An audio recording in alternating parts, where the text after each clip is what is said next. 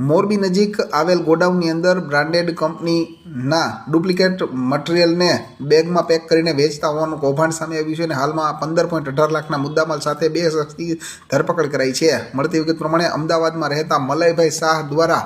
મોરબી તાલુકા police station ખાતે શિરીષભાઈ ચારોલા, અનિલભાઈ બાવરવા અને મયુરભાઈ સાંગાણી સામે ફરિયાદ નોંધવામાં આવી છે, જેમાં તેણે જણાવ્યું છે કે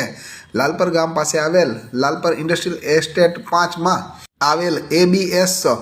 બિલ્ડ ઇન્ડિયા નામના ગોડાઉનની અંદર રેડ કરી હતી અને પોલીસને ત્યારે સાથે રાખવામાં આવી હતી. ત્યારે ત્યાં સ્થળ ઉપરથી PD લાઇટ ઇન્ડસ્ટ્રીઝ લિમિટેડની બેગમાં ડુપ્લિકેટ ટ્રેડમાર્કનો ઉપયોગ કરીને તથા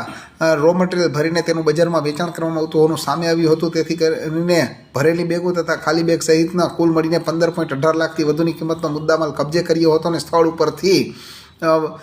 શિરીષભાઈ ચારોલા તથા અનિલભાઈ બાવરવા નામના 2 વ્યક્તિની ધરપકડ કરાયેલ છે અને મોરબી તાલુકા પોલીસ સ્ટેશન ખાતે ગુનો નોંધીને પોલીસે બાકીના આરોપીને પકડવા માટે તજવીજ હાથ ધરી છે.